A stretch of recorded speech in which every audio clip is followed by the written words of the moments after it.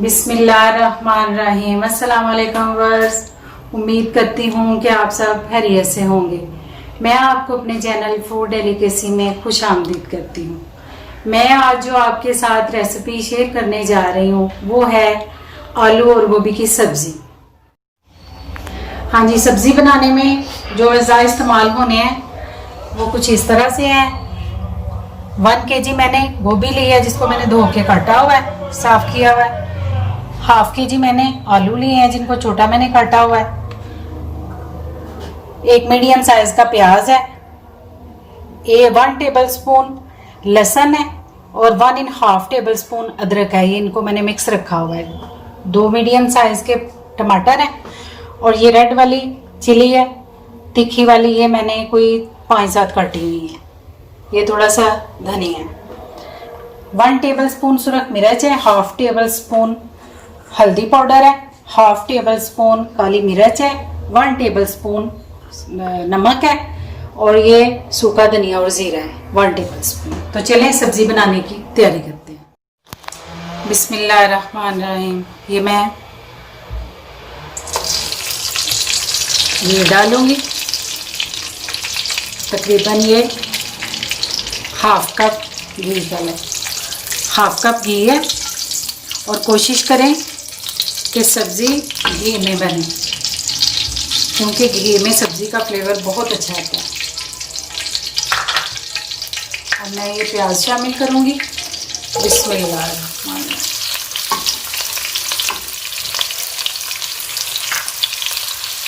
थोड़ा सा salt add कर देंगे,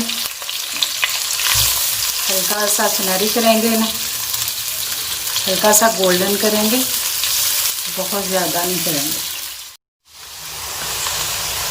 हाँ जी, प्याज बिल्कुल ठीक हो गया, हल्का सा सुनहरी हो गया। यहाँ पे हम ये लहसुन और अदरक का पेस्ट शामिल करेंगे। 2-3 मिनट तक इसको भूनेंगे ताकि इसका जो कच्चापन है वो इसकी स्मेल है वो दूर हो जाए। उसके बाद हम दूसरे मसाले ऐड करेंगे। हाँ जी, लहसुन अदरक हो गया, भुन गया अच्छे तरीके से। अब हम इसमें मिर्च शामिल करेंगे, हल्दी शामिल करेंगे,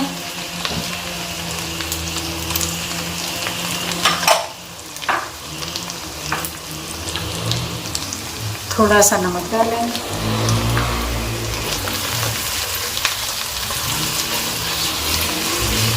ज़रा सा इसको मिक्स करेंगे और इसमें टमाटर शामिल कर देंगे।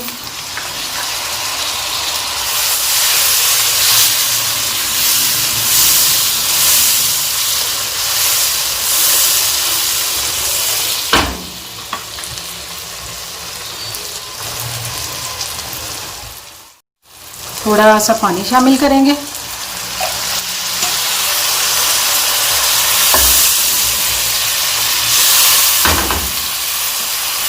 इसको कवर कर देंगे।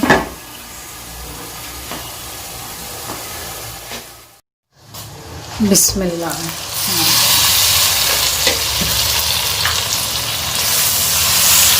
मसाला बन गया। यहाँ पे अब हम शामिल कर देंगे और इसकी बुनाई अच्छे तरीके से करेंगे।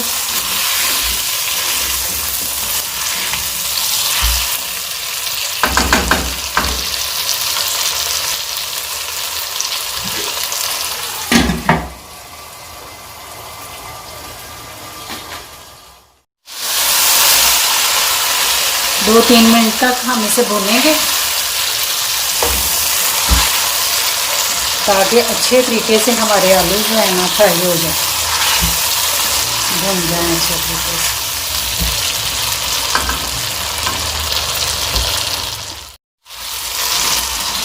हाँ जी, आलू भून गए। अभी हम थोड़ा सा पानी शामिल करेंगे और इसको कवर कर देंगे।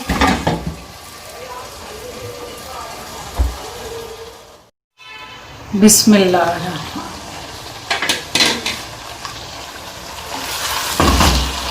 माशाल्लाह माशाल्लाह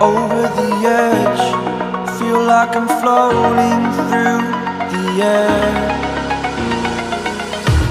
The pain I felt is paid for, all is said and done.